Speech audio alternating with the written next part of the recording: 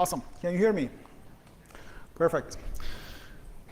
So, good morning. Welcome to NANOG 76.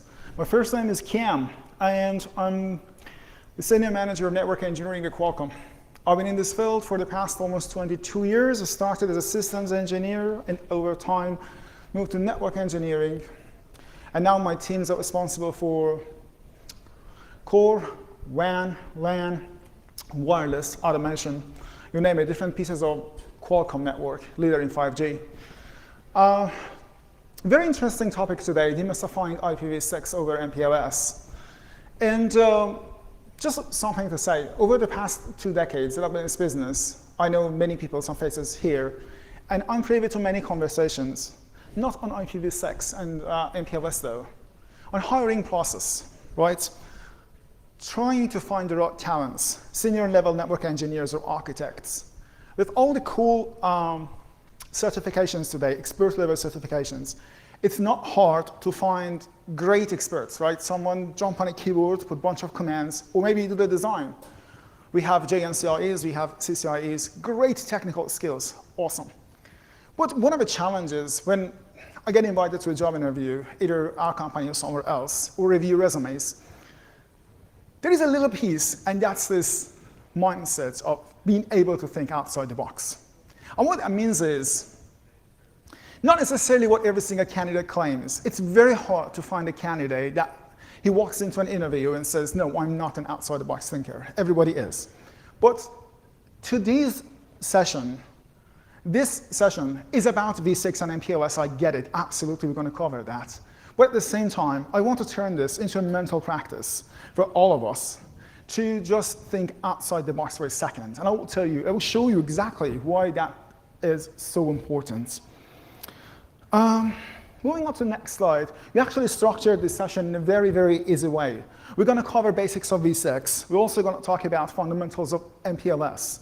And then we're going to talk about migration strategies, some pretty cool stuff. And also we're going to cover one of the real-world scenarios. We're going to talk about a company, and we're going to show you how to decide how to roll out V6 in the network.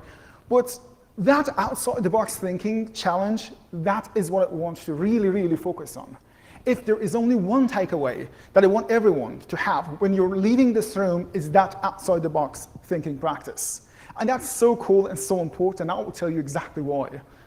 Before any politician started building walls or talking about walls, we built walls. Trust me, we as network engineers, any titles, network engineer, architect, technician, whoever, we built walls. The voice guy started from here, and he said, this is my voice network. I'm not responsible for the enterprise part.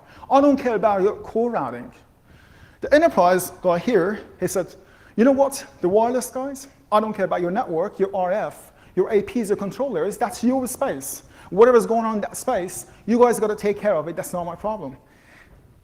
The security guy actually followed the exact same mindset. You talk to the data center people, you hear the same thing. Service provider person, when you talk to service providers, as long as I have PE to PE connectivity, I'm totally fine. I don't care about anybody else. And from my perspective, sitting here, well, as long as I can get to your PE, then from that point on, that's your problem. From a responsibility perspective, I get it. That's important, absolutely important. That's fine. I mean, it's obvious. You're not going to be able to do everything. That's common sense. But at the same time, if all these walls, all these compartments, silos, cells, whatever you want to call them, we sort of decided to ignore solutions that each one of these towers, each one of these cells, compartments, silos, they came up with. This session is about removing at least one of those walls, or trying to remove, tear down one of those walls, and going to this service provider world, grabbing one of the solutions that's proven, it's been around for many, many years, speed them up. We know it's a 100% baked solution, and bring it over to the enterprise world, and try to solve one of our problems in the enterprise world. That's why I really like this session. That's one of my favorite, really, really favorite sessions. So this is actually one of the interesting slides. There are some very common themes, and I'm sure when we start talking about those, you will kind of relate to these. It might sound funny, but it's not really that funny. But let's talk about them. Anyways, there is one, and we call a new CISO syndrome, or a new senior security manager syndrome. You work in a company, you are the new CISO, or you just hire a new CISO, or this is a new security guy. The very first thing, they look at the problems and see, wow, look, we have a lot of issues. There are a lot of opportunities. There are a lot of security concerns. But we need funding for that. I've got to get my hands on a bunch of money in order to be able to fix all those problems. The very first thing, just human mind, just myself, my human brain, we connect the dots based on our habits, based on things that we're absolutely used to. That's one of the things. You see all those problems, you want funding, and you just got the job. There we go, we start scanning the network. You grab some vulnerability scanner, and trust me, you scan 50,000 hosts, and you can just get, trust me, you can just go ahead and grab a Ford F-150, just the back of the truck, and thousands of pages of vulnerabilities, and take it straight to your CFO's office, and have him sign the check for you. That it absolutely is possible. People do it and it works all the time. Actually, 95% of the time. There is that 5% that you can potentially take the entire network down, or maybe half of, I don't know, city of Los Angeles down by scanning, by just recklessly scanning a network like an industrial network. There are SCADA systems out there, there are PLC systems out there, and guess what? Another wall there. We decided to build that wall, in case you haven't noticed, between the network engineering world, maybe IT, if you will, and the industrial world. We do not speak any common language. It's extremely hard for people to just walk in and say, you know what, I want to secure your network, but I might actually take your network down. That's one of those use cases that you just cannot apply that common sense, the inside-the-box thinking approach to the problem. Moving on to IPv6. So I'm sure many people here, quick show of hands, how many of you here, you have IPv6, any kind of IPv6 in your network? Almost everyone. When you start talking about IPv6, the very first reaction, again, human brain, myself, my brain included, we think about two things. Very first things that come to mind. Either tunneling or dual stack, right? We do tunnels, we do dual stack. These are the very first two things. You go to a job interview, first question, our intention is to, the answer, tunneling or dual stack.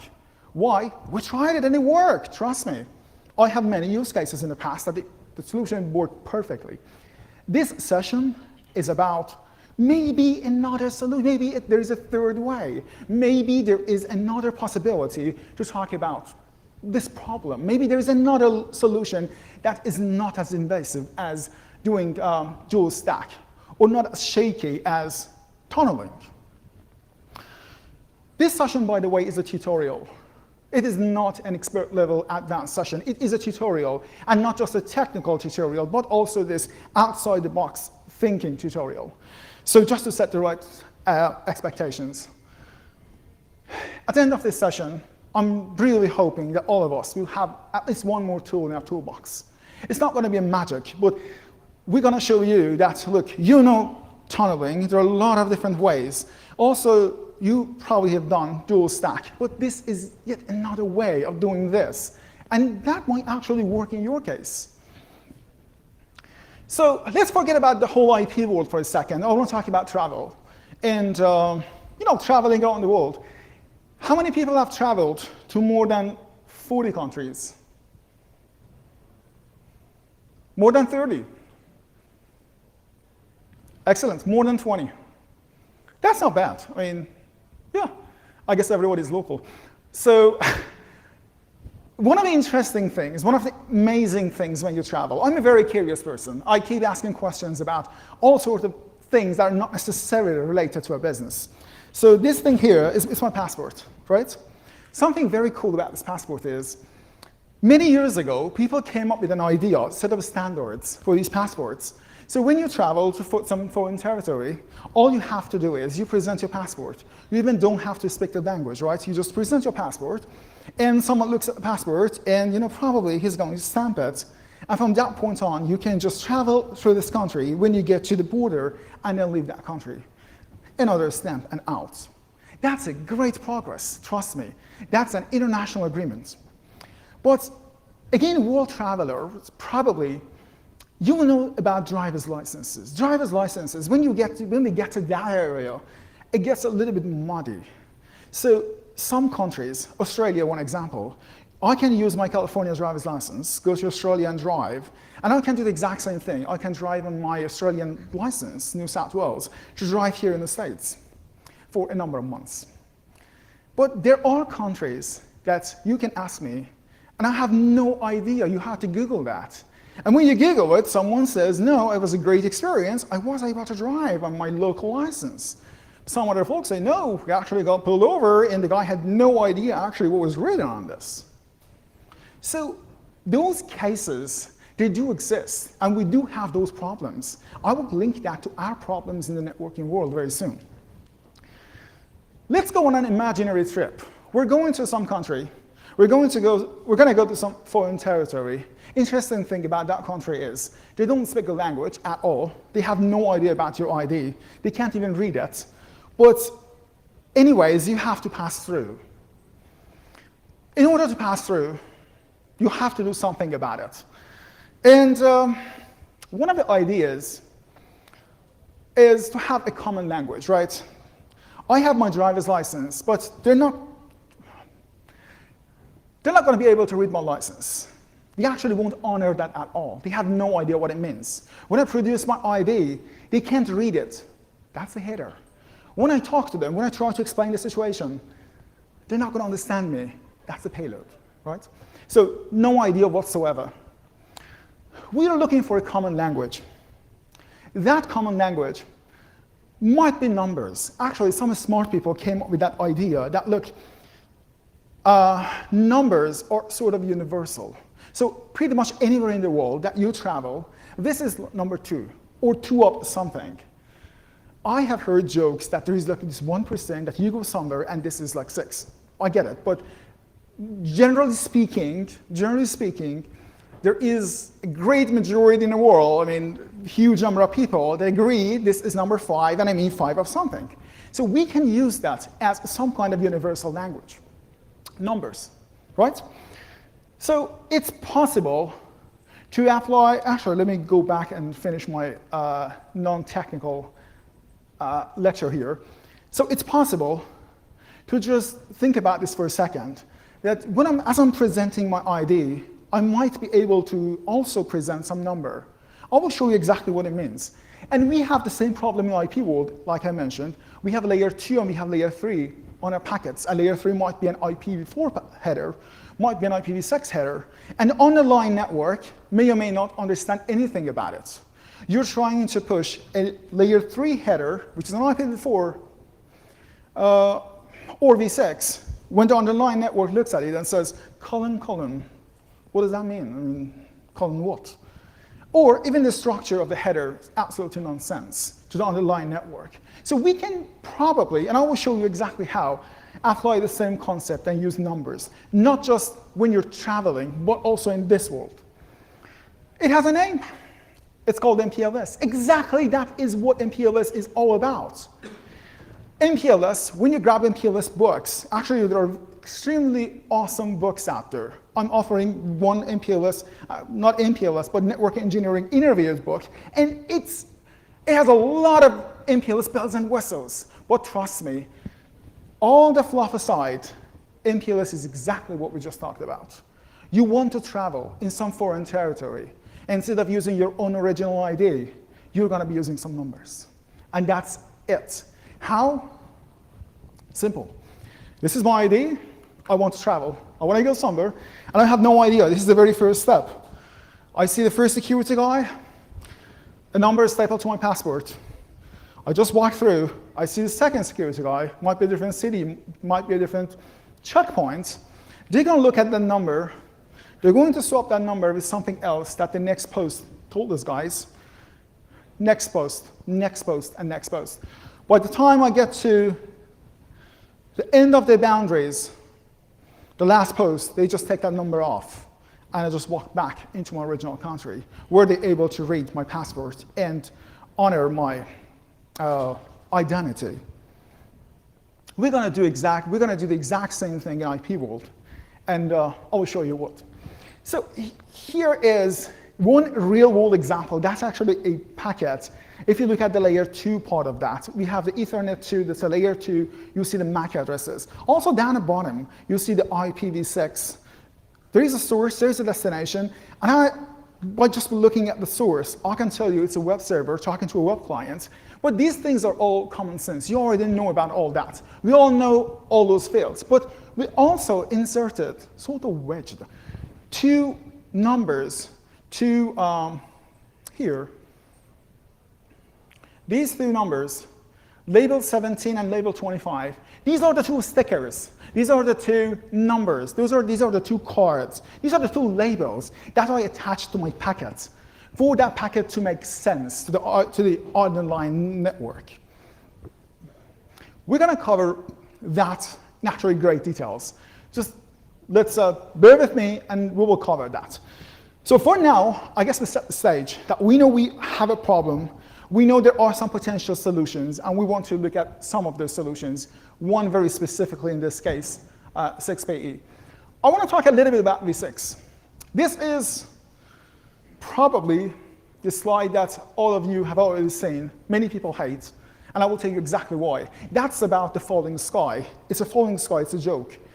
Many years ago, late 90s, I was much younger, and in my early days, my boss barged into my room, right? Early in the morning, and disaster. Something like the Y2K thing, but different theme. So what's going on? What's exactly this disaster? How many IPv4 addresses do you have right now? I don't know, plenty, probably. I can double check. Look, V4 exhaustion. We're running out of V4s. The world is running out of V4s. Very soon, people are going to stop using V4s, and we're going to be moving completely over to V6. That was the story, trust me. The story was just that harsh. Scared everyone. Jerry, my manager, dude actually retired 10 years ago. He resides in Florida, and the only thing that he doesn't care about is V6, or V4, or migration, what I'm dealing with. It's gone, it's long gone. He's enjoying his margarita on the beach. But here's the thing, the problem is real. But there are solutions out there that as engineers, I would like everyone to explore, and today we're going to be talking about one of those options. We know the number of IP addresses, we know about the fields and everything. V6 internet is a reality. We have some 70,000 routes right there. And the protocols are pretty mature, I guess, to some extent. Most vendors, when you talk to them, they do support BGP. Cisco, Atlas Families, or Juniper, or Arista, everybody. I can't really think of a vendor that do not support V6 at all. They support BGP. ISIS was one of the very first ones. Due to TLVs and all the great extendability features, they got V6. And that was cool. OSPF fully supported. EOGRP, thanks to Cisco, does support V6. There were a little bit problems with XR, but now it's fully supported. Quality of service, we read the labels, we read the labels, we also read the quality of service fields and make decisions, stable. Multicast, AutoRP, if you're using it, it's not supported anymore, but there is BSR, there's SSM, a bunch of other things, and that's cool. I actually missed something there. RIP. RIP is supported too. It's called RIP-NG. When we talk about RIP, we get a lot of smiles. I mean, people joking, are you still using RIP? There are networks out there. There are pretty big networks out there, and they do use RIP. You don't need anything else. You have a bunch of routers, like a chain of routers, and they run RIP. And it's been there forever. It's stable. So RIP-NG is supported too. One of the very first questions when we start talking about V6, let's just get this out of the way, right here, that why not V6 everywhere? I'm building a new building, it's a new site, it's a new data center, it's a new lab, it's a new place. why not v6 from scratch? Let's just treat this as a greenfield and roll out v6 from the get-go. There are challenges there. We will be covering all that today, but when you talk about production networks, availability is a big concern. We don't want to roll out features that we have not tested a lot. There are some security concerns too. And the security guy, when you talk to your CISO or your senior, whatever, security managers, they are not as comfortable as with IPv6 features as they are with IPv4, as they are with v6, as they are with IPv4. So there are some security areas to explore, but that application thing is a big one. There are applications out there with hard-coded v4 fields that are not easy to migrate to v6. That's one challenge, and I'm not even talking about IBM or whatever mainframes running COBOL applications. I'm talking about your probably AAA server. I'm talking about some corporate applications. So it's not as easy as I decide to go v6 and day one, and I can roll just out v6 everywhere. Also, we will cover that. The migration solutions are complicated, trust me. There are challenges, there are some hidden challenges that people, sooner or later, will find out, oh, maybe it's not just as easy as just run a bunch of v4 and v6 IP addresses on interfaces. The first solution that many people rolled out, we did too. Actually, I cannot think of a single company that I work for or talk to, and they never tried dual stack. There is dual stack everywhere, right? People like dual stack. So you have your v4 router, with all the v4 IP addresses and everything, you run v6. At the same time, it's a very invasive change. Why? Because if you have 50 routers, for example, well, you have a set of features for IPv4. Now you're going to have the exact same set of features for v6. I have slides on this, and I will show you some of the challenges in that area. And it's not really a migration strategy. People who decided to do dual stack, that migration strategy, trust me, that migration travel is going to take years, and probably many of those travelers have not arrived yet. They're still traveling. It's just like I decide to emigrate to Canada, and you know what? The process is going to take 21 years. So that's not really a migration strategy. It's sort of accommodation at the same time, but many people do that, and we will talk about it. There's also tunneling. We've been doing tunneling for a while, all sorts of tunnels. People are comfortable with GRE, IPsec. Who doesn't have it? Everybody. We have multiple different versions of tunnels. Our experience, my personal experience, and I work in many vendors, compatibility and that's nice interoperability, making sure that vendor A can talk to vendor B. That might be your challenge in the future, but not on day one. On day one, your problem is going to be vendor A talking to vendor A. I had one vendor, 100% trusted vendor, 2 routers, and the technical support was not able to find out what was going on. So they had to do packet captures, go back to the product team, look at the packets, and back to you. Wow, look, there is actually, you guys are hitting a bug, and it's not really a bug. It's something that we just did not develop, maybe. We should get this on a roadmap. So there are those use cases with tunneling. It's not as easy as I decide to run this tunnel, and it just happens. A little bit about my employer in Qualcomm. Very interesting story. Qualcomm founded in '85. It's a leader in 5G, and we have a very large community of engineers. What they do is they design chipsets for cell phones, 4G, 5G, and we need to test v6. We need to make sure that your phone, your future phone, works with IPv6. So it's a super critical case. Any mistake, if people forget to do some testing, you might grab your phone, actually millions of phones out there, and something just doesn't work. That's a pretty big deal. We decided to use IPv6, and we actually tried different things. Well, even right now, we have a mix of pretty much everything. Not much on the corporate IT side. I can't really think of a single case. Someone, just a random employee, knocks on your door and says, you know what, today I decided to use v6. No, but we do have some production v6 use cases. And also, I was looking at LinkedIn the other day. Seems like there are over 1,500 jobs directly related to V6. So the demand is real. Really, people are asking for V6, and there are V6 use cases. Today, we want to cover one of those cases, and we want to apply a not so usual solution to that problem. Down to our business. This is an IPv4 header. Everybody's seen this, trust me. I have the layer 2, layer 3, and also layer 4 headers there. It's an ICMP packet. Simple. And I use OSPF or ISIS. Might be ISIS, whatever, level 2 or OSPF. As soon as you run your IGP, entire routing domain is going to learn about those 2,000 routes. Pretty simple. And then IPv4 packet starts traversing through the network, one hop to another. Very simple process, and makes it the end of the network. This is what happens in our networks every day. But let's look at the IPv6 packets.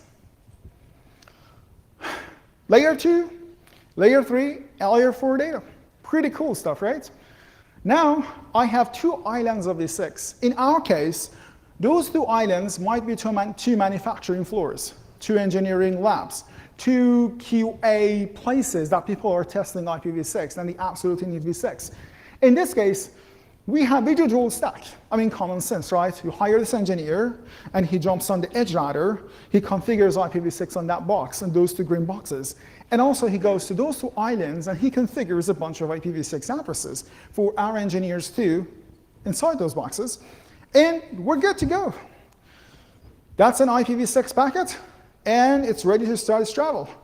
I jump on this guy, and right there, without even making it any further, it's going to say no route. I have no idea what to do with it, because obviously, you do not have any V6 in the core of your network. We're always looking for ideas. One way of doing this, I guess in a very obvious way, inside the box again, is tunneling. This is what most engineers, especially when we deal with isolated cases, I like this, like very small scale things. We apply tunneling, why not? Let's do that. There we go. Here is a tunnel. Cross-vendor issues. You know what? One vendor, I was having issues. You might be a lucky one. Who knows? But as you increase the number of vendors, the number of platforms, the number of codes, you might run into issues. It's not as easy, but let's say everything's tested in the lab. You're happy. We're good to go.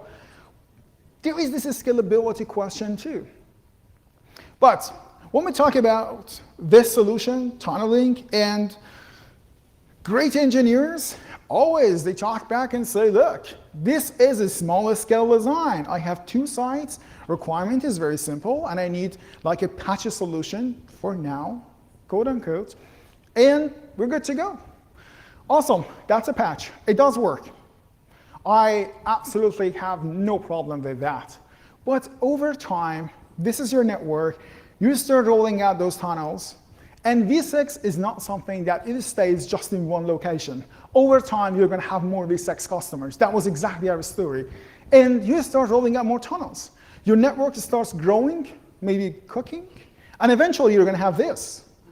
Trust me, I like spaghetti. I absolutely love it. That's one of my favorite foods. There is a little problem with spaghetti. I will tell you what's so cool about this.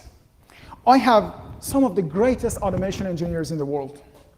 I'm very, very proud of them. They can automate everything, including tunnels, including all those needles, right?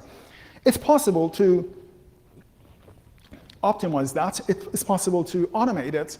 So it's not really manual.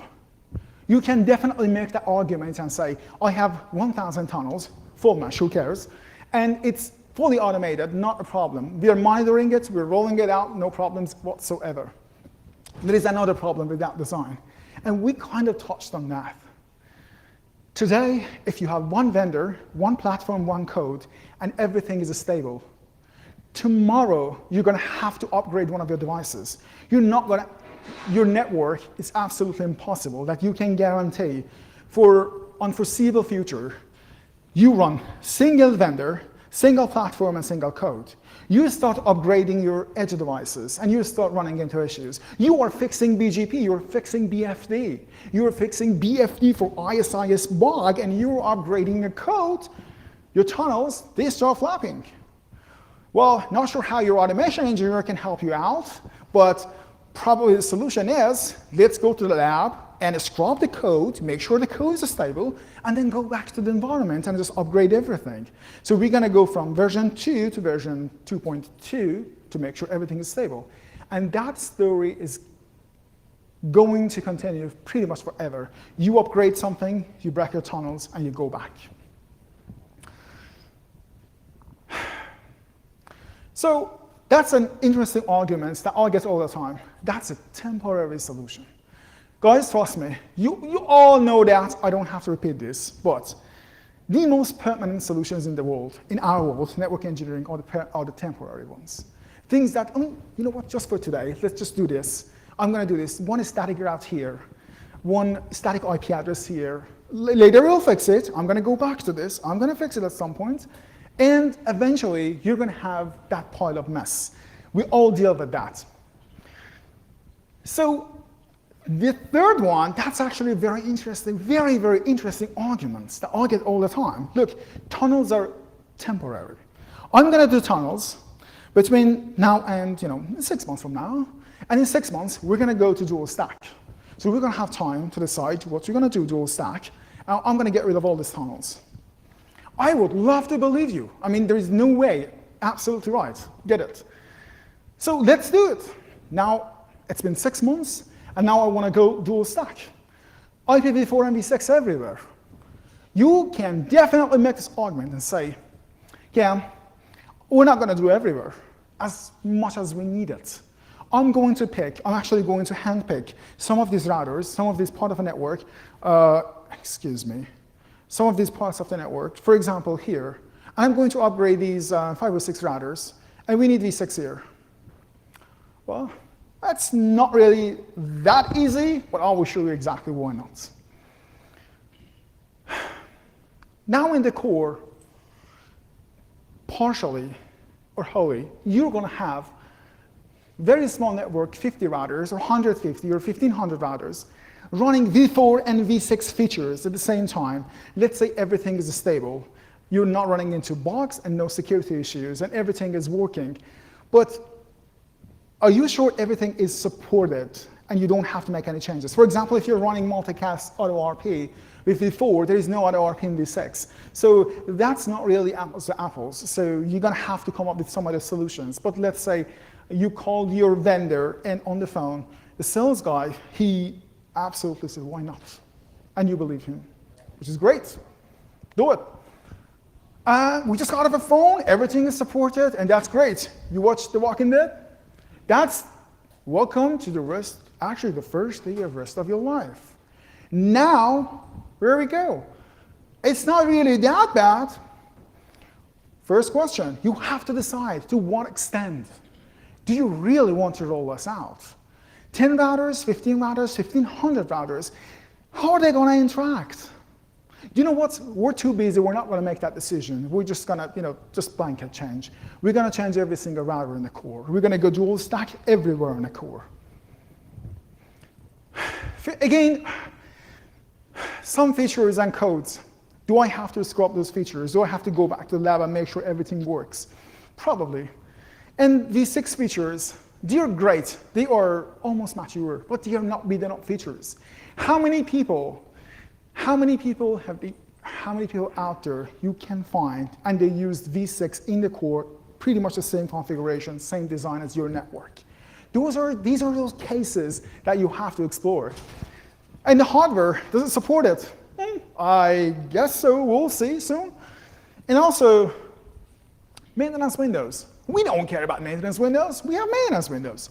But when you deal with mission-critical networks, especially the ones with poor capacity planning, it's not that easy. Many years ago, people built this network, and they had 2 circuits, 8 circuits, whatever, for capacity planning, extra capacity. But over time, initially they decided not to exceed 50%. So 50%, as soon as they approached 48%, they added some more capacity to have enough redundancy. But many networks in the core today, they just do not have enough capacity to have maintenance windows like that. And I'm going to touch every single router you are going to impact some customers. We had that case. New features, new bugs, might be even the hardware. Stability in a core is always a concern, especially with maintenance windows. We talked about the bugs, and also automation and monitoring. Things that you have for v4, all the automation and monitoring, they may or may not work for v6. That's one of the questions you have to ask. And also the learning curve. Our experience, 6 months. So talented, smart engineers with no v6 experience should be able to configure, to some extent design, and speak to IPv6 in 6 months. So that's sort of the watermark. If you told me I had someone on my network and the guy is able to pick this up in 3 months, well, it's great, but average is around 6 months. So there is a learning curve and cost associated with that. A little bit beyond the scope, routing and stability is a problem. I'm not sure how much ISIS experience you have, but as you start talking about 2 different layer 3 networks, IPv4 and IPv6, there are multiple different topologies. You have to keep that in mind. Might not be as predictable as you expect. And also systems readiness. Trust me, we as network engineers, we are, just throwing a number out there, seems like we are close to 80% ready. If you wanted to upgrade your network to v6, your devices, your codes, 80% ready. When you talk to application people, database people, mainframe, all these sort of things, I'm not even talking about IoT, right? They are nowhere close to 80%. So these are our challenges in this space. But it's complicated, we get it, but show us the requirements. We want to see the requirements. Let's say we go together to the CIO, CTO's office, and we want to see the requirements. Of course, I want the best of both worlds. You told us about dual stack, you also told us about tunnels. We want to have v6 reachability, no doubt about it, end-to-end reachability. I don't want to run into that spaghetti thing, I absolutely hated it. And also, new features. You know what's going? Stay out of our core. v6 is cool, that's super awesome, but don't touch the core. I don't want any of these new features in the core. That's one of the requirements, many networks, unfortunately still. So we want something proven, something that's been used for many years. And at the same time, you know what? We actually heard of something pretty cool. Seems like some people are able to steer the traffic around the network. I don't know what it's called, but you can make different decisions based on QoS marking, based on v4, v6. Just go to this hop, don't go to that hop. If you go to this hop and there's a failure there, take this path and then take the other path. That's pretty cool. Actually, let's say if we can do that, and also that one. You know what, Cam? We absolutely love your v6, but keep it in your enclaves. Keep it within your enclaves. I don't want any of that v6 anywhere on my network. And also, the learning curve, 6 months, dude, that's not going to work for us. So this is sort of our general high-level requirements. There's also a list of nice-to-have things. Make sure it's scalable, thousands of routes. In the future, if needed, we can expand it pretty quickly. You need new sites, you can bring it up. And also, you know what? We heard of that VLAN and layer 2 extension. I know that now that you're touching the network, it's absolutely relevant. But at the same time, I want to make sure that when we're doing this, your solution can support this. So if I have part of my network here saying VLAN in different country, different city, on the same VLAN, and we want to have connectivity. It's crazy. I absolutely hate that. But that's still many people's requirements. And also, very low convergence time. Many people heard of that 50 milliseconds thing. And that's cool. We actually want that. This is sort of a requirement that we get all the time. As we start talking about rolling out a major big feature, just like IPv6 in the network. And it's not really relevant, I get it, but. So what tunneling really did for us, it added a little bit of something. That something is that tunnel part, that header, to your packet. So your packet was able to traverse through the network, just like the sticker, just like a card that you attach to your ID. This is an MPLS header. Super simple, trust me, that's one of the easiest things. It doesn't have anything. Actually, it has four sections total. The most important part of that is the label. And that's a number. That's a number that you attach to your passport. That's it. That header, just like that. You insert that header between header layer 2 and header layer 3. Some people call it 2.5, layer 2.5. But anyways, that's exactly what it is. You have layer 2, you have your layer 3. Between the two, you have your MPLS headers. Here in this case, I actually have 2 headers. I have 2 labels attached to that, 2 numbers stapled to your passport. I will tell you exactly why. There's a top label, there's a bottom label. We will cover that very soon. So let's get started and talk about this network. Very interesting case. So my edge router, it's going to advertise this loopback address. Very simple, 1111, advertise into OSPF or ISIS. Very soon through OSPF, the entire routing domain is going to learn about it. So they all eventually going to have that. But what your routers do, the intermediate routers, all the routers you have, what they do is something pretty cool. They start calling names. They start looking at your prefixes, the router you advertised, and assign number to them. This is the exact same concept that we just talked about. Numbering, right? I received the route, someone put that route in OSPF, I heard about it, I'm going to start calling that 2008. Going forward, my neighbors, both sides, when you're talking to me, my left neighbor and my right neighbor, I have no idea about that. I don't want to hear anything about this. Just talk to me numbers. Tell me 2008. Whenever you tell me number 2008, I can easily tell you where you want to go, what it is. I know that. I get it 100%. So starts talking to the right neighbor, says my right neighbor, look, I'm going to use 2008 for 1111. It does the exact same thing for the left neighbor.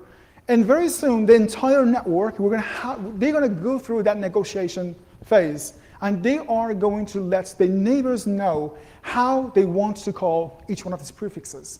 That is basically the core of MPLS, labeling. Anybody in a core will make decisions. Here's a list of prefixes. This is what I want to call them. My neighbors, this is my assignments, just FYI. You're going to hear the same thing from your neighbors. After a little bit of time, everyone agrees on what they want to call what prefix, what number. From that point on, we're going to be using numbers and not prefixes. So going back to this scenario, now I'm going to use the MPLS label. And I have my IP packet. We push that label, so the very first router, it decides to just attach it. Again, going back to my ID, it staples that. Let me just attach that number. Now I have number 230. Or 230, I just attach it to my packet, or my passport, or my ID. It's called the push operation. And then I send it over. My neighbor gets it, swaps the number with something that his neighbor told him, whatever he said, this guy here, and again another swap, swap, swap, swap, pop. Let me go back. This was not swap. This is pop. So this router here, the penultimate router here, this guy here, just popped the label, and he sent it over to this guy. And done. Easy. This solution actually worked. You can argue that why did we need MPLS in this case to begin with? But I will show you how we can actually add more stuff to this simple case. This path, the path that we just took, it's called LSP, and LSPs, or label switch paths, these are one way. So you go from right to left to right, there has to be negotiation, and you have to hear from your neighbors how and what they want to call each one of these prefixes to form these LSPs. So nobody cares about the payload, nobody cares about the headers anymore. I am a V4 router, your header is V6, I don't care because I'm not looking at it, for the most part. And you can, that can be anything. You can have like a buckets of beans or nails or screws. As long as I can process, I can read, The MPLS header, we're good, we're fine. The three operations we talked about, push, swap, and pop. It's a cool example here. So let's say actually let me go here. I start my journey here in Florida. This is where I push the packets in Florida. Let's say Orlando, MC Orlando. I push the header. Now this is my MPLS packet. I send it over to Georgia. Georgia does a swap, up to Illinois, another swap, Kansas, swap, to Colorado, swap, down to Arizona, swap. When you get to Arizona, you do a pop. In Phoenix, just take that sticker off and send it to router in LAX. That's the same story with my ID card. I enter this country, attach their number, here the first checkpoint, I do a swap, the second checkpoint I do the swap, all the way, they keep swapping this, the very last hop, before I enter the US again, they check this number off, give me my passport, and I go to the first US immigration checkpoint. All right, show me your passport. Oh yeah, this will make sense. Cool. This is exact same concept. So I think by this point, with some oversimplification, I guess we should be clear on this. I have more examples, but the most interesting part of this session is actually the scenario that we're going to cover. We're going to use all this. We're going to show you how to use all this in a real-world scenario. So all in all, just to summarize this, we have a bunch of routers in a core. When we do MPLS, they look at the prefixes advertised in the heavy routing tables. They assign labels that let their neighbors know, and from there you can use MPLS labels. Simple configuration, that's a Cisco configuration. Juniper is just as simple. ISXR is just as simple.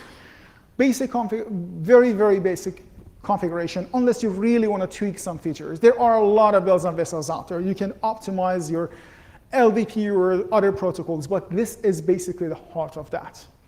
But something very cool about this, maybe question that I should have asked, how do we assign this, how do we distribute these labels? So when R3 decides, for example, this guy decides to use some label, there is a protocol, very simple one, it's called LDP. It uses LDP. Remember we talked about that negotiation with my left and right neighbor? That LDP is exactly what's used.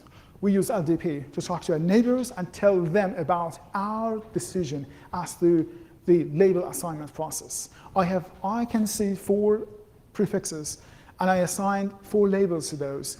And I'm going to let my left and right neighbor know through LDP that what kind of labels we want to use. So that's my MPLS core. Traffic flow, let's say in this example, left to right. We used LDP. Everyone now, they agreed on the same set of labels that they want to use. My packet starts traveling from R1 to R6.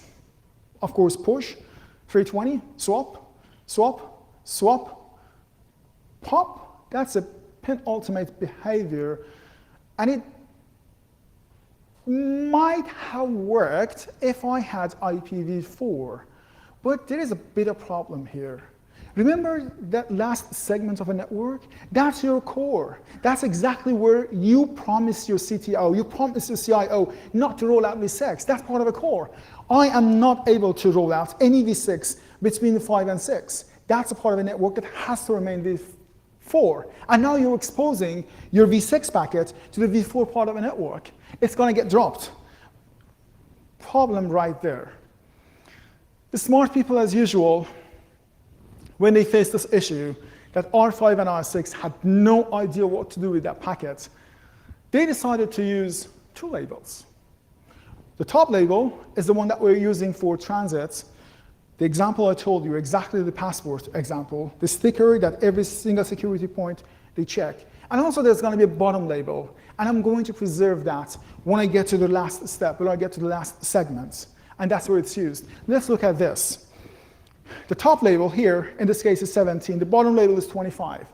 That 17 label, right, that one is going to get swapped. As I go from Florida to Georgia, from Georgia to Illinois, the top label, it keeps changing, keeps getting swapped by routers, but the bottom label never changes.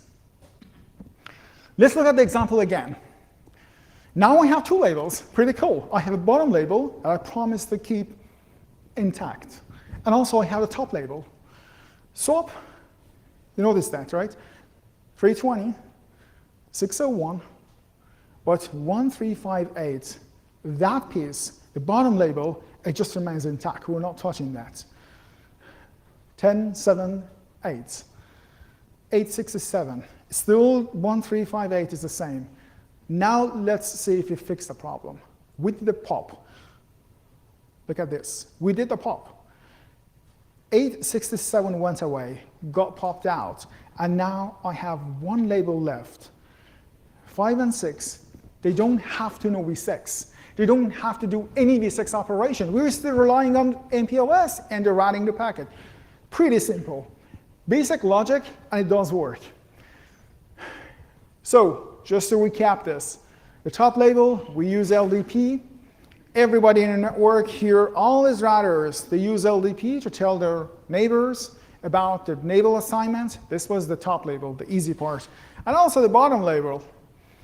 Every PE, every edge device, they look at the IPv6 addresses, assign labels to their v6 addresses. But when you have these edge devices and they want to assign labels to their v6 addresses, how are they going to talk to each other? How are they going to tell the other edge, the other part of a network? Let's say I have one edge in Florida, the other edge in LA.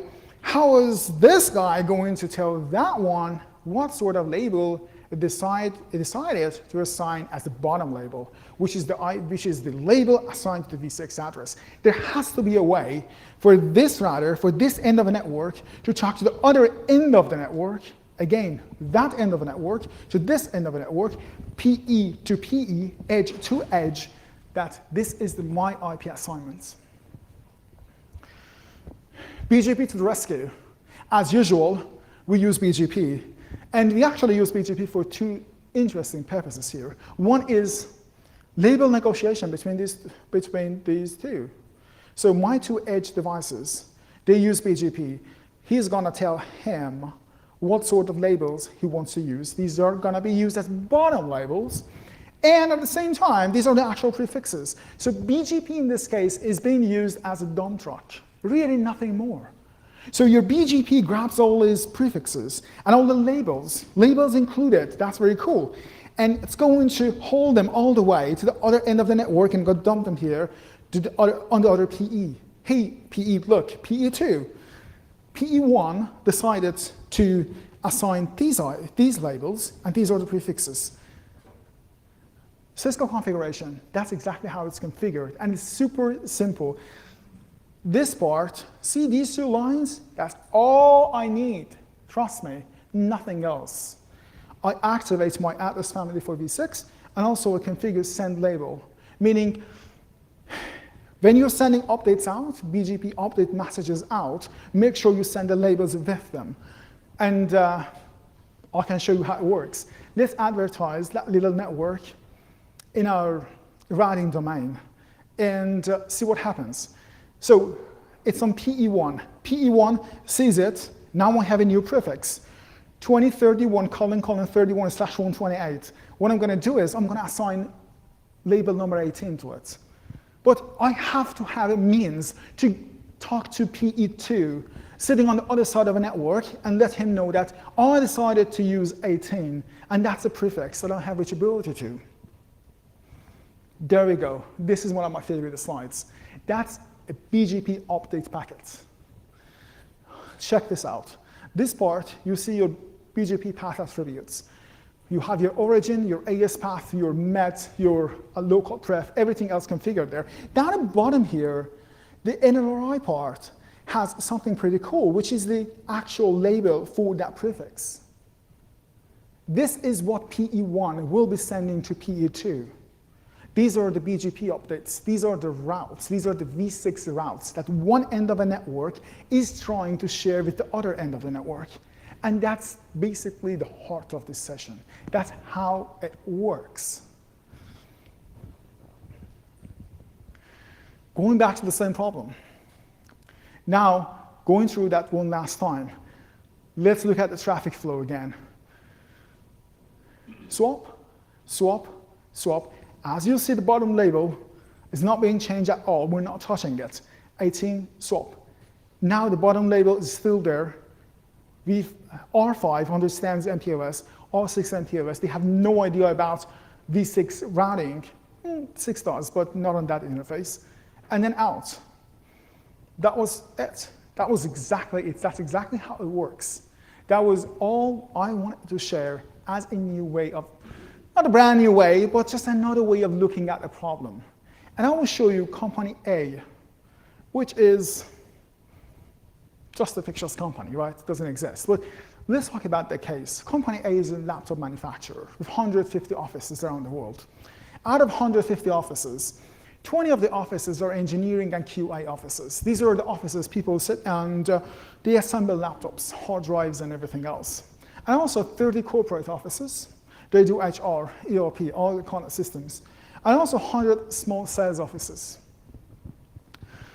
And just say, you know, they also have a lot of IoT boxes. They might have Xbox, PS4, PLCs, 6-axis robots, and SCADA systems. Variety of different systems. And also talking a little bit about their network. They built that network several years ago. And they use BGP, of course. Over time, they added RAT reflectors. They have a multi-tier network, and they use POPs that they built between 2012 and 2014. And the last one is a very interesting one. You get that all the time. The leadership, they understand the importance of V6, but at the same time, they totally respect availability of that network.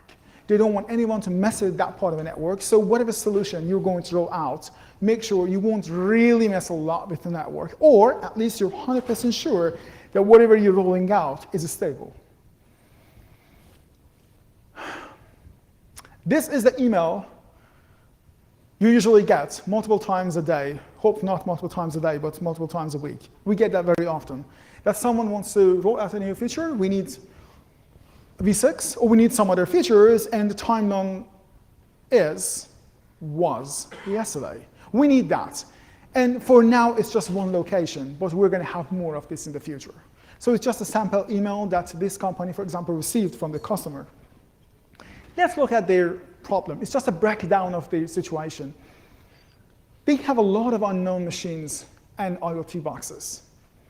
That alone kind of rules out machine-to-machine tunneling. I have seen people, they do client-to-client tunneling, and that works.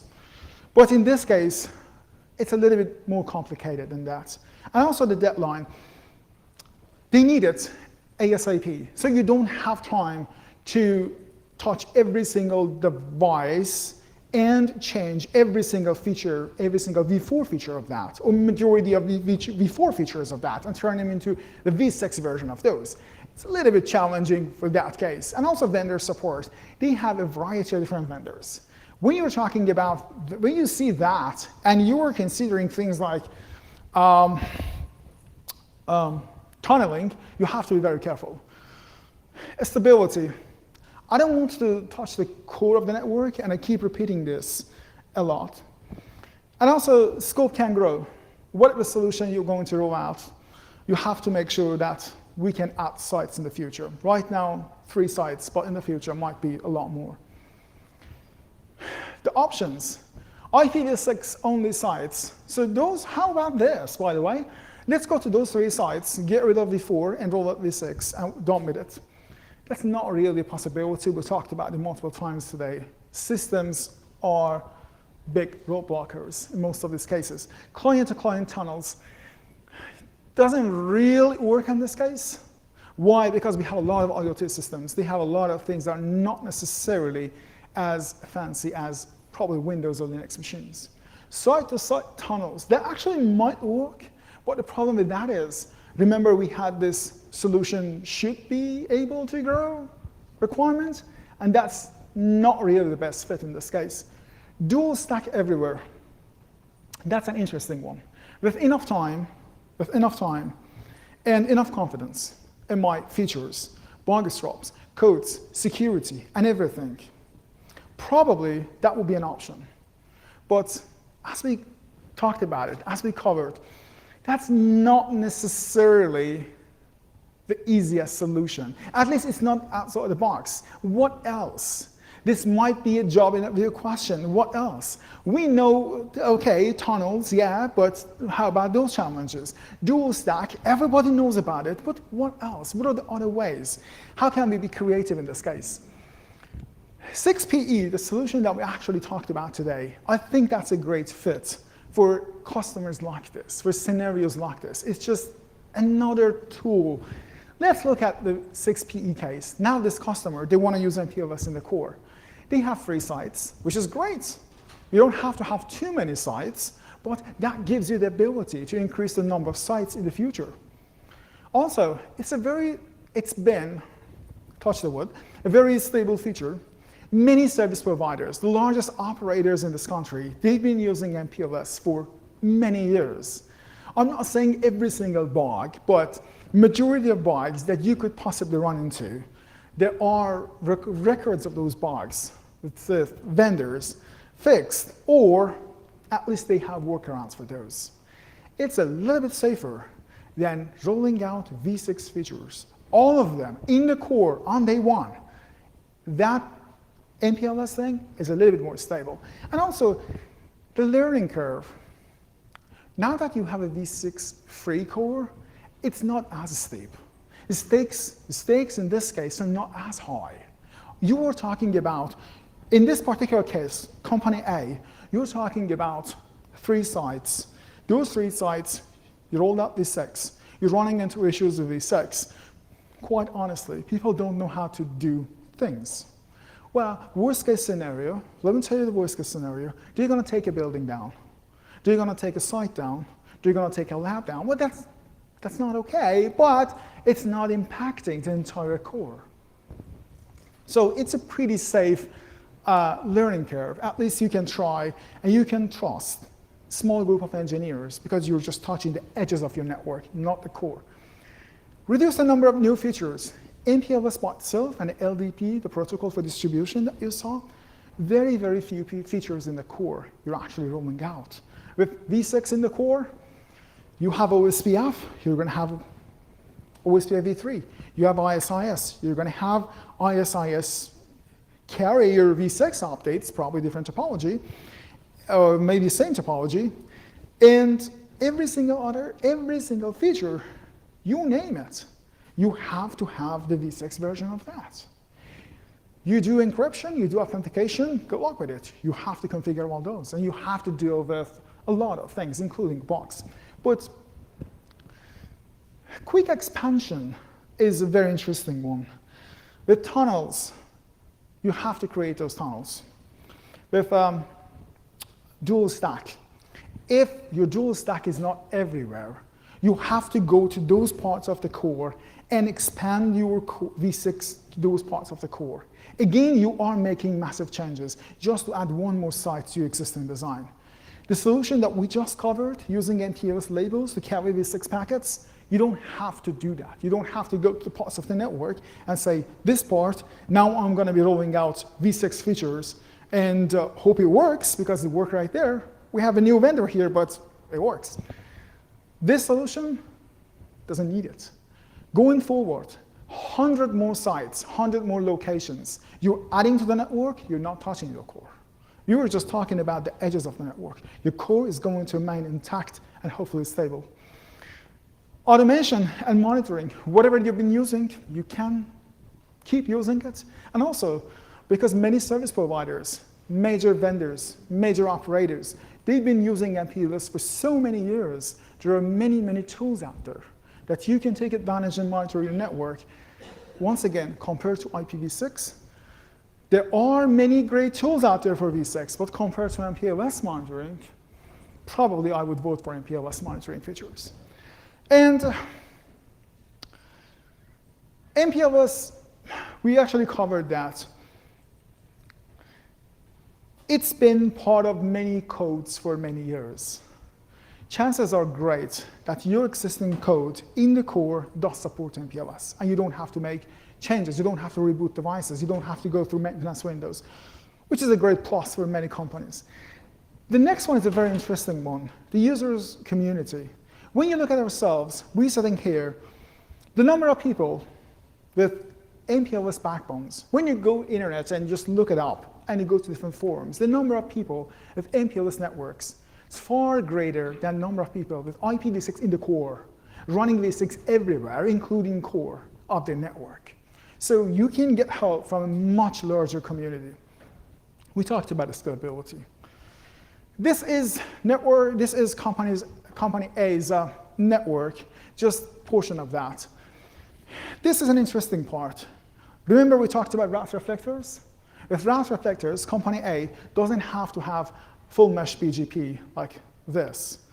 What they do is they just establish BGP sessions between these edges and also the route reflector. Same story. Exact same story. I'm taking advantage of my route reflectors, and I'm not creating that full mesh mess in this network. Very, very simple. You can even have a multi-layer route reflector design. You can have a tier 1 route reflectors and a tier 2 route reflectors, and it does work.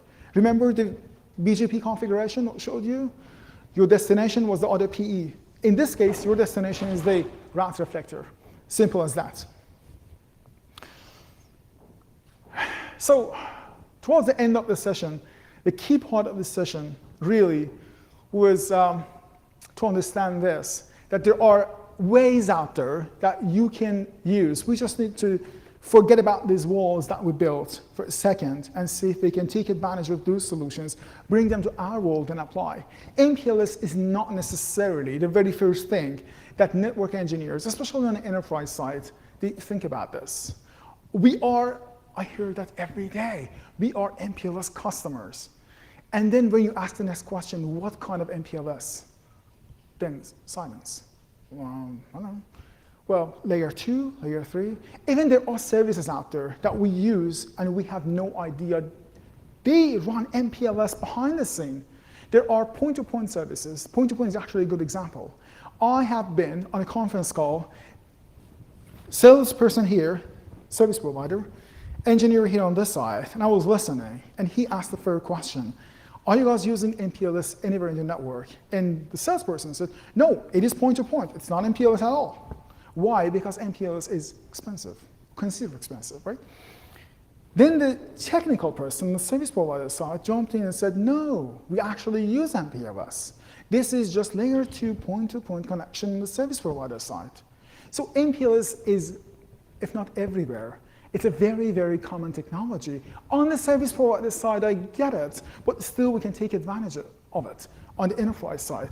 It gives you that, in addition to everything, just some bonus points, it gives you traffic engineering, so you can decide from the source, and it's not segment routing, it's not anything fancy, from the source how you want to route your packets and what you want to do in case of any failure. Let's say there's a failure here, less than 50 milliseconds. I want to route around the failure points and do something else. Or, you know what, very important traffic, my voice traffic this way, my IPv6 traffic the other way. It gives you this ability as well. And also fast reroute, we talked about the convergence thing. So overall, that's a great feature, and I believe it works for many organizations. And something that you saw in company A's case, and I would like to kind of highlight here is, if you have VRFs, or VRF, in the US we usually pronounce it VRF, in Europe people say VRF, and it's not VRF like TERF. Anyways, so VRFs, or segmentation, route segmentation, 6PE can be developed as 6VPE, and 6VPE is the right solution for those cases. Very, very similar to this one. And you can have VRFs on both sides of the network. VRF to VRF conversation. You can later expand this to customer conversation. Customer A wants to have connectivity, V6 connectivity, and you can provide that. And that could be actually a very interesting session. We talked about a couple of amazing points that could be future sessions. One of them is the 6VPE. The other one was that industrial systems and how to secure industrial networks and how to tear down wall between our world, I keep saying our world, it's not really the entire thing is our world. Anyways, network engineering world and industrial systems and IoT world. That could be another interesting session. So the key takeaway in this case, 6PE is just another tool. You knew tunneling, a lot of different ways to tunnel. You knew dual stack, and I'm sure many people here will try dual stack, but just keep in mind, just back in mind for the future, there is also a possibility to have very simple, light version, just a stripped down version of MPLS, roll out in your network that's been around for many years, tested by largest operators in the country, and on top of that, start rolling out V6. It's not a full migration to V6. You're not going to give you V6 in the future, but anytime it takes, let's say 10 years, 15 years, and I'm sure just looking around the room, I think by the time all of us retire, we're still going to have V4, some parts of V4. Yeah, I like the smiles. So yes, by the time we get to that point, this solution can work. I am not sure about tunneling as you change your codes, vendors, and platforms. And I don't personally want to deal with dual stack in the core, but this thing can get you through the next decade or so until we have V6 everywhere. And I think that's a great solution. We're done with this. I'll open these questions. Any questions? We have some 17 minutes left. Cool. Please. This is Prabhu. So when we do tunneling on IPv6 over MPLS, the egress point, the label doesn't make any sense. Anyway, we are going to strip out the label and do a lookup on IPv6 again. So in that case, why the ingress have to push different labels? It can be a unique label too only, right? Could you just repeat the last part? So the ingress is pushing one label through BGP. The ingress pushes the label on, yes. Yes, and there is a transport label. So correct. Two labels, right? So the transport label gets swapped on each and every point, and when it go to the PHP, the transport label is stripped off, and the bottom label goes to the egress, right? That's true. Now, anyway, the egress point has to just drop the label and do a lookup on IPv6, right? Correct. And it does understand IPv6. Right.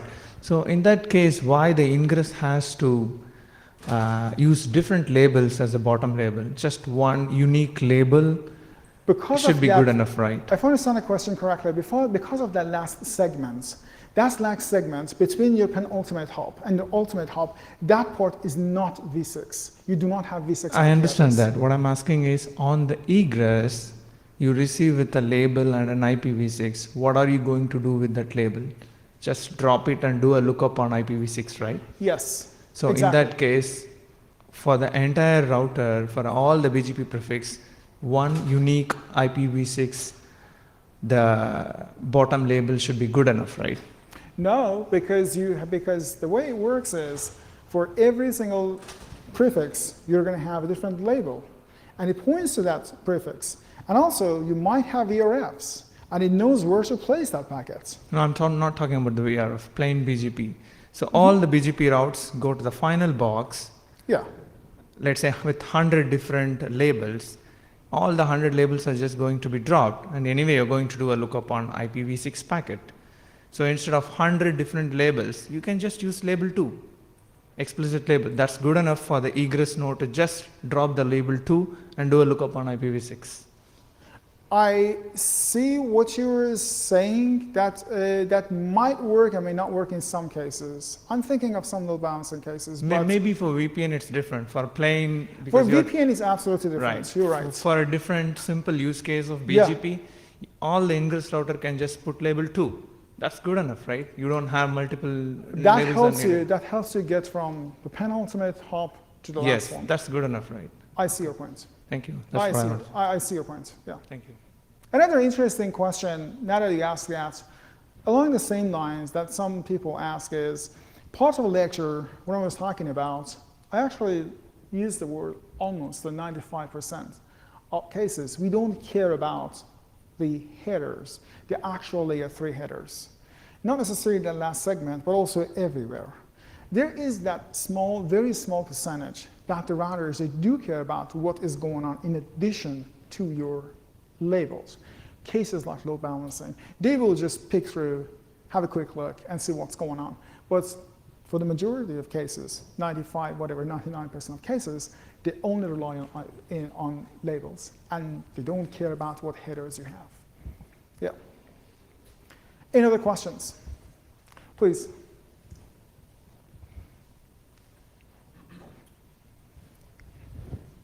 Hello, Ola Kasali with Facebook. I guess I have a similar question because my understanding is you can eliminate the penultimate hop behavior.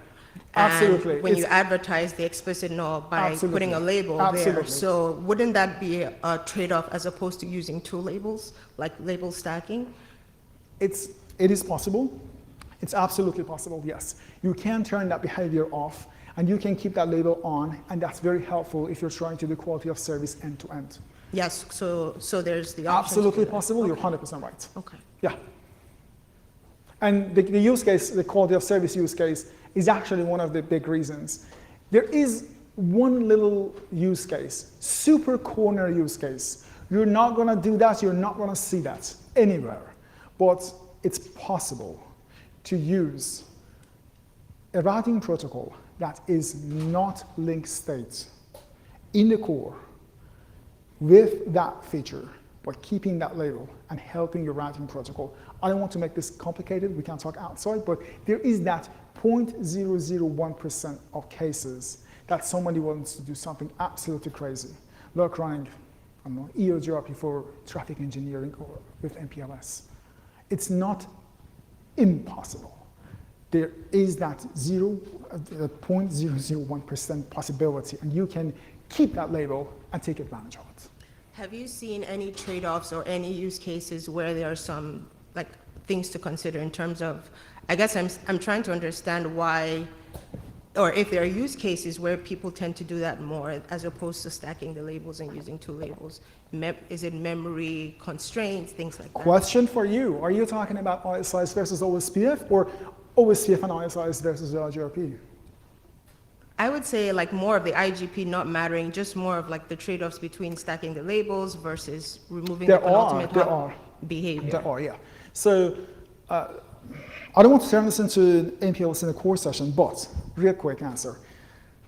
Let's forget about EOGRP for a second, right? Mm-hmm. That's that 0.001%. If somebody really challenges you, it's a job interview. Can I use EOGRP, MPLS, traffic engineering in a core? Yes, you can. It's not great. That's not something that people do, but it's not impossible. It's absolutely possible. A quick answer to that. But OSPF and ISIS, that's one of the great questions. That differences in the core, and sometimes it gets religious.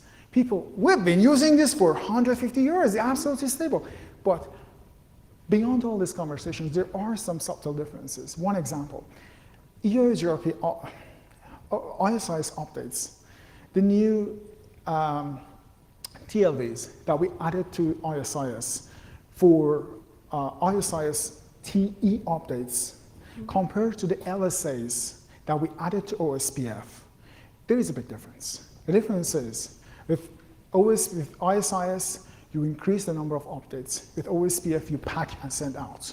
So in that sense, OSPF can, one OSPF TE router can be a little bit more efficient. But keep in mind, OSPF updates now going to the ISIS side, in ISIS favor. You can tweak your ISIS timers for the routers to be quiet for 18.2 hours. Absolutely quiet. OSPF, you have this marking. You have to keep refreshing your database. That's why ISS networks tend to be more stable, a little bit more quiet. So there are those differences out there, absolutely, they're 100% right. And in this context, if ISIS, we have multi-topology and single topology. We can talk about different vendors. What that gives you a lot of ability, how to design your network. Do I have to do everything overnight, or I can do multi-topology and decide how I want to roll this out? I want to do V6, this part of a network, I'm going to do multi-topology, and then take my time and upgrade the network as needed. With OSPF, the story is a little bit different, because OSPF v3 is a whole different protocol. It has its own world and LSAs and everything. Much better, much more efficient, I like it, but that's a different protocol. If ISI is same protocol, you can have different topologies. Okay. Thanks for asking.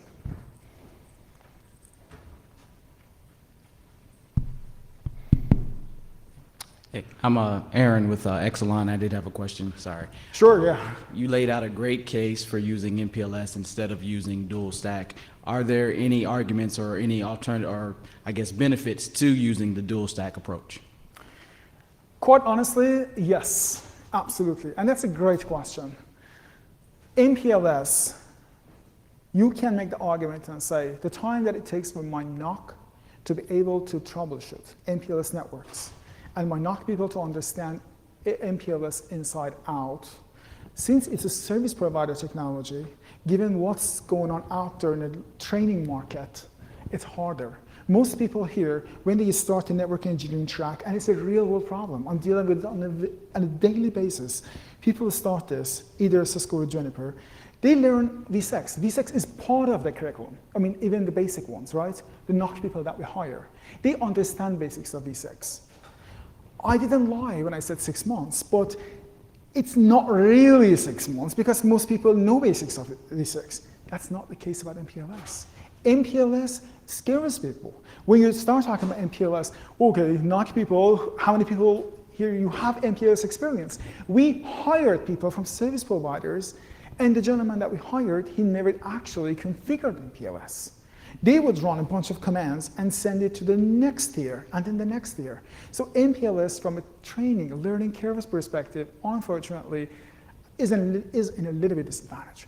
But still, given everything that we talked about, I am more comfortable personally with MPLS in the core. But again, it's your organization's preference. You definitely don't want to send everyone through training for MPLS just to say, guys, we're going to be connecting 3 sites. Most people know basics of v6 these days. Probably, I would have had a different conversation 5 years ago. v6 was not part of training, many organizations. But today, most people, even fresh kids out of college, when we hire them, they know basics of IPv6. That's not the case about MPLS. Yeah. Thank you. Sure, yeah. We see that all the time. Yeah. Any other questions?